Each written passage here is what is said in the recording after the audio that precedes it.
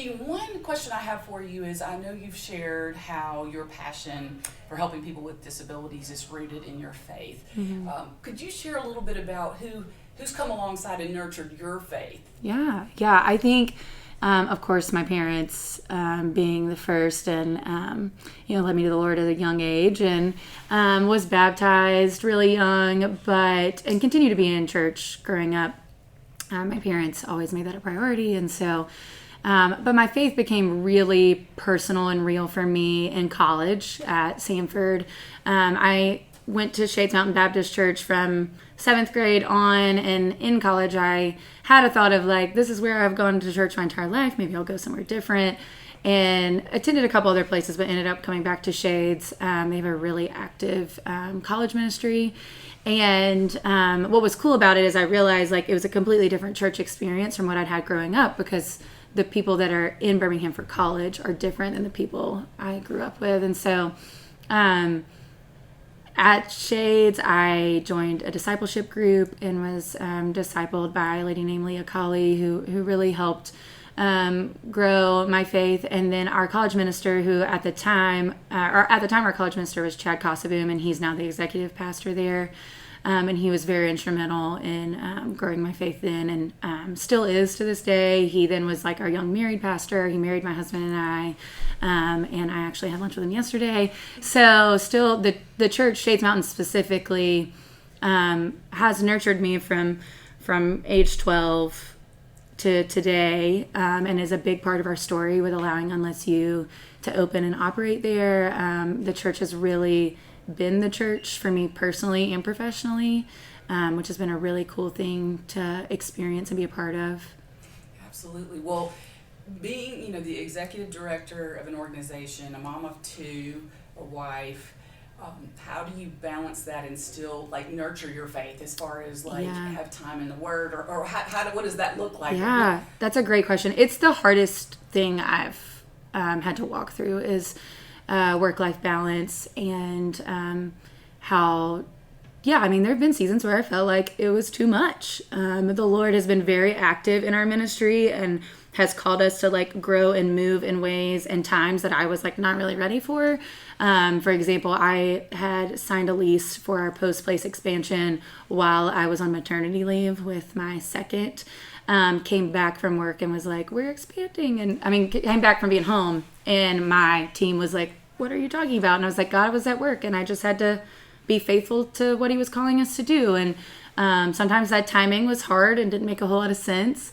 It does now make a whole lot of sense. But I got the opportunity to be a part of this thing called Praxis, which is a network specifically for faith-based founders that are interested in scaling their ministries. And it came with a $50,000 grant, and it's been an incredible experience. And through that, I've been mentored. And this past year, I came to one of our events in New York, like really, really tired, like as a mom and as a founder. And I was just really kind of beat up when I got there, and had a woman look at me and say, it is a pride problem to try to do the things that the Lord did not call you to do. The Lord did not call you to be like an excellent homemaker and chef and dishwasher and laundry folder. Like the Lord called you to be, a founder of this ministry and nurture what the Lord's doing. He's also called you to love and serve your family, but you have to lay down the things he didn't call you to, and you have to walk into the things he did call you to. And so that like wrecked me in the best way. And so I came home and processed this with my husband, and I said, I really think I need to outsource like certain things of my life. Like I need help with laundry, and I need help with keeping the house clean. And so can we make adjustments to our budget to do that? And when I did that, when I realized like I have to walk fully into what the Lord has called me to and not try to be everything to all people and do everything well, then like it changed my entire countenance and attitude. And even the way I love and serve my family's changed because I had to let those things go.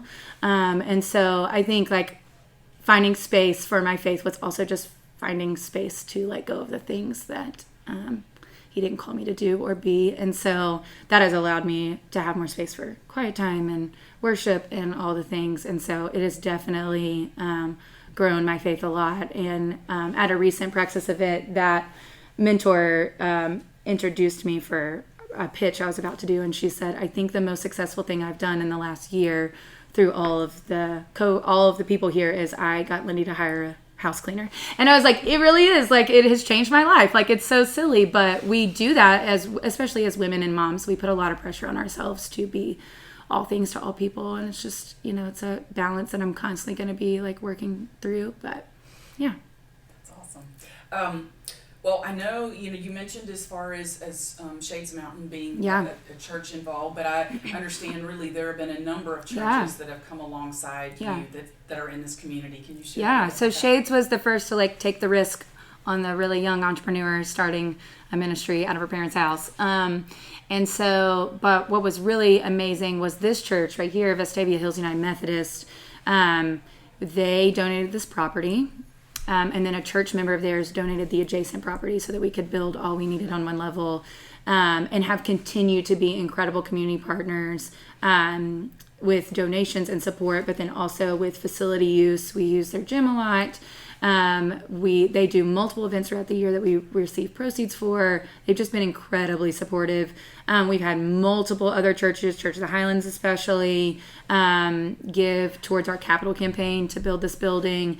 And so what's been cool is to see the like ripple effect of like when one church got involved, others got involved.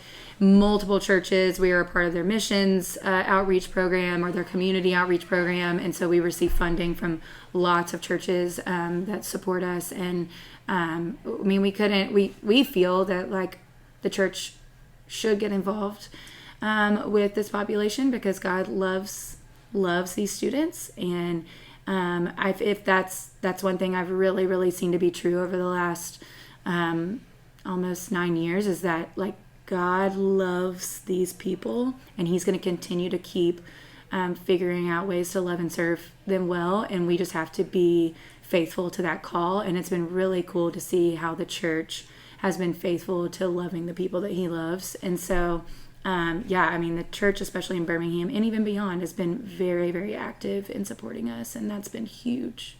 Well, you've seen that across denominational lines. Yes. Right? I mean, you just said your church, the Lutheran church, the Methodist church, the Baptist church, the non-denominational church, the Catholic church. I mean, the Greek Orthodox church, like we have received funding from all different kinds of denominations, which has been amazing too, because we consider kind of like what we do here to be non-denominational, because all of our students are in all different denominations here. And it's been amazing to see how just the church, not any specific church, has gotten involved with what we're doing to support and love these students and their families. Now, so some people might not know, as far as, do the students pay tuition? Yeah. How does that work? Yeah, so our students do pay tuition, but we are really affordable. We try to keep our costs really low for the families. And so we do fundraise for overhead and operating expenses, because we've been talking about it recently about like if we really wanted, we could say that every student here is on scholarship, because we cannot charge the parents what it costs to provide the service that we provide, nor do we want to. Daycare is really expensive, but daycare is like a 4-year thing, right? You can see the light at the end of the tunnel. We have students that have been with us for almost 9 years already, and we hope will be with us for 10 to 15 more. And so we want to continue to keep our costs low for the families, because we know it's a long-term, agreement that we're like entering into. And so, yes, the students do pay tuition, but we also fundraise to offset the cost, because we have to have highly qualified people to work here, and that is not always cheap. And so we try to keep the cost low for our families. So you started with the school, you've expanded. Share a little bit about those two most recent expansions. Post Place and Scoops. Yeah, so when we built this building, we always intended to have so what we realized is that we were loving and serving our students academically, socially, spiritually, physically, but not vocationally. And we've had students who have gone out and gotten jobs, but then had negative experiences out in the community, whether like being mistreated by coworkers or even the public. And so families out of fear, like pull their students from that opportunity. And we know that jobs provide purpose. And so we wanted to create the opportunity for our students to wake up every day feeling valued and purposeful. And for every single student, that looks different. So some students that's on the stage performing, some students that's in the classroom, some students that's at work.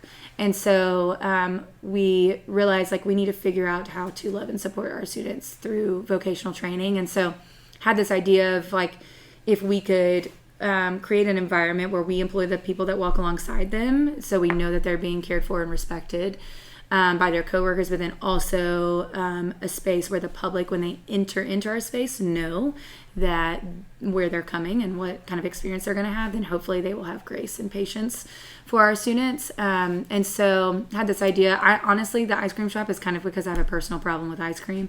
I love ice cream and feel like ice cream really embodies the personalities of our students. Like it is fun. It is easy, like it's simple thing to do. Scooping ice cream is not a hard thing to do. I felt like this is something that that can be attainable for our students. We can, figure out the perfect scoop. We can greet at the door. We can work the cash register. We can maintain cleanliness of an ice cream shop. And so felt like this was the right fit. But also part of the issue with vocational training is, transportation, getting to and from, especially if families work full time. Students usually don't want to work more than a 2 to 4 hour shift. And so realize we need to draw this space in the building to help with transportation. So our students, they go to class, and then when it's time for their shift, they walk over, they put their apron on, and they just walk right into Scoops to work. And so it's been amazing. It's been a lot of fun. The students love it, some more than others.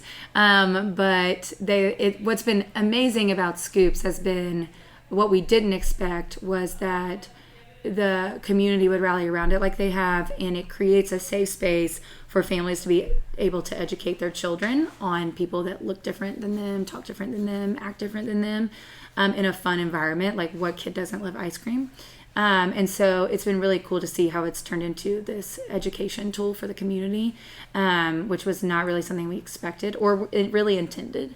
We just wanted to love and serve our students well, and this has just been a byproduct of that. And so it's been really cool to see how, especially Vestavia specifically, has really rallied around this place, and it is busy often, and we're just really thankful for the way how it's gone. But we are looking, this is something too, we are really looking for somebody to run our ice cream shop. As a director, we need somebody that has a passion for what we do, but also maybe has some food service background. Right now, multiple of us kind of have our hands in the pot of Scoops to keep it running, but we would love somebody to come in and kind of take ownership of it and run with it, because we also know it could be a lot more than it is. And so we're also looking for somebody. So if anybody's interested in a job with us, we have like a page on our website with a form you can fill out, but we're specifically looking for somebody to help us run Scoops. So, yeah. So how else can people support and help you? Yeah. Donations is the number one thing. We always need funding to continue to do what we do. We also have we have tuition, but apart from that, we have students that are on additional scholarship, about $50,000 a year of additional scholarship. And so if that's something that families like to give to, we would love for a family to support a specific student in being able to attend school here. And so funding is always the number one, but we also need volunteers and interns. We love having as many people in here as possible that want to help us do what we do. Especially at Post Place. And that was something we didn't talk about was Post Place specifically. What we realized when we drew this building, I felt really convicted of we need to draw a classroom that's going to force us to meet the need of families whose students have more behavioral needs or physical limitations, students with multiple abilities, because at the church we had limited space and capacity and staff to be able to serve those families. And so I was really burdened by all the families I had to turn away over the years and say, we're not the right fit for your family. So we drew one classroom in this building that would force us to meet that need, with a bigger bathroom, with a changing table and a sensory room. And that classroom got a lot of attention very quickly. And so we quickly realized, there are not many organizations specifically in Birmingham meeting that need. We have a family say we're the marginalized even within the special needs community. And so we realized like we need to grow to meet this need. And so that's when we expanded to our additional campus, and we now serve almost 50 families there. They're about 24 a day. And there we do everything we do at LSU, but on a smaller scale. So these classrooms have 10 to 12 students in it, with a teacher and a floater. At Post Place, we have 6 students per classroom, 3 teachers, and then we try to recruit as many volunteers to have one-on-one care. And there we have more highly qualified, highly specialized staff. We have a speech path. And so we do what we do here, but on a smaller, more intensive scale there. And that's also a more expensive service to provide. So fundraising specifically to offset the cost of the families we serve there is a big part of what we need help with. So yeah. Mm-hmm. So is there, in terms of, you talked about expanding scoops as far as being able to do more with that. Is there any other need out there that you're so on your horizon? we would love, like long-term dream would love to have LSU and Post Place on one campus, like have separate buildings, but on one campus. We share a lot of staff. We like to work collaboratively. Like as you see, Post Place is here today at Scoops getting ice cream.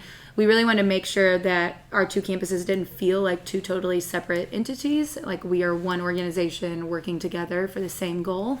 And so we share volunteers, we share staff, we share just like general ideas, and like would love to have them in the same place. Right now they're only 5 minutes apart, so it makes that really easy.